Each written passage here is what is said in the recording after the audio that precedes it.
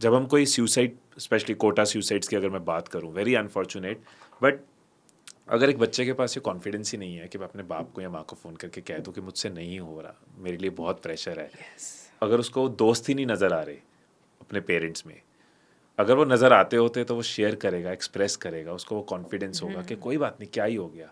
But उसको suicide option, जो कि आसान ऑप्शन नहीं है, बट उसको वो ऑप्शन चूज कर, ईजियर लग रहा है। ईजियर लग रहा है, right? So this is what we have to give our kids to the freedom to fail, right, because all achievements somewhere or the other are laden by the path of failures.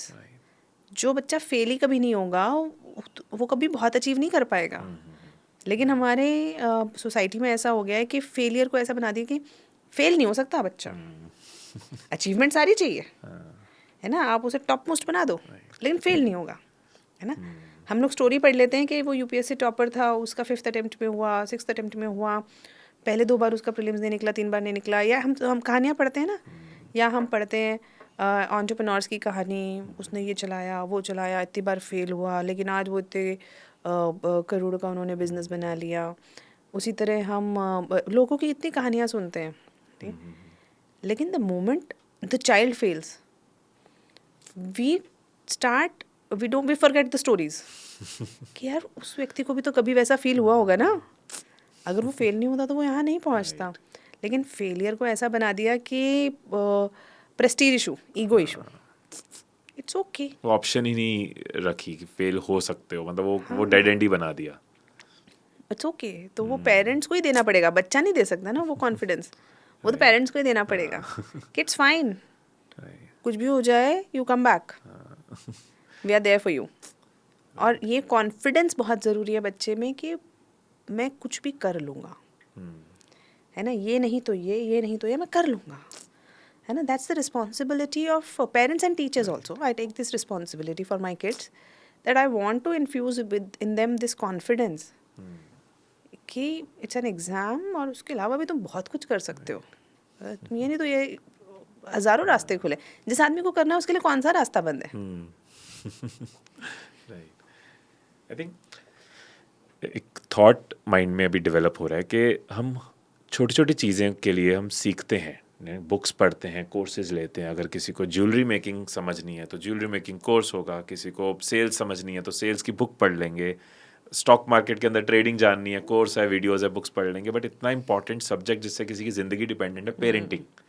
And rarely हम सुनते हैं कि हमने consciously parenting को study करा है, हमने parenting को समझ रहे हैं, हम उसकी किताबें पढ़ रहे हैं, उसका कोर्स ले रहे हैं, उसकी वर्कशॉप्स अटेंड कर रहे हैं। पेरेंटिंग में ऐसे ही कर जाते हैं, मतलब हमारे, अगर हम सोसाइटी में देखेंगे ठीक है, हिट एंड ट्रायल से many a times parents also realise कि यार 20 साल पहले हमने जो किया था वो गलत किया था। हमने, मतलब no one had a bad intention but वो टॉक्सिक था, या हम दबा गए, या हम उसकी पर्सनैलिटी को खराब कर गए, हमने बार बार उसको फेलियर का रियलाइज करा दिया। तो I think it's very important for everyone के, specially parents are watching this, के let's learn this also. Let's learn to stop the mental baggages which have been transferred to us from past generation. Right. Past generations ने एक kind of belief system या एक kind of toxicity या एक kind of good also, है ना, some good lessons also they are transferred, है ना। जैसे जो बच्चा देखता है कि how that father is reacting, how the mother is reacting, बहुत सारे रिस्पॉन्सेस, बहुत सारी उसकी अंडरस्टैंडिंग ऑफ द सोसाइटी वहीं से बन जाती है ना। जैसे कि सपोजिटली अगर किसी बच्चे ने घर में देखा है कि मम्मी ने कुछ बोला और पापा ने उनको कह दिया अरे तू चुप रहे, है ना।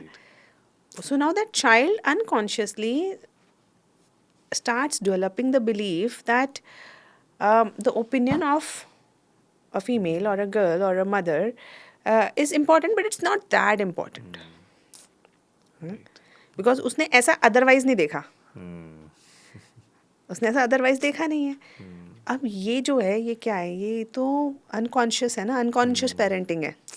यहाँ तो पेरेंट्स ने कुछ सिखाया ही नहीं, बोला ही नहीं, लेकिन अनकॉन्शियसली सिखा दिया कि what is important, what is not important. तो अब ये जो हमारे पास जो हमारे बिहेवियरल पैटर्न्स हैं, और ये कहाँ से आए हैं? ये पीछे की जनरेशन से आए हैं.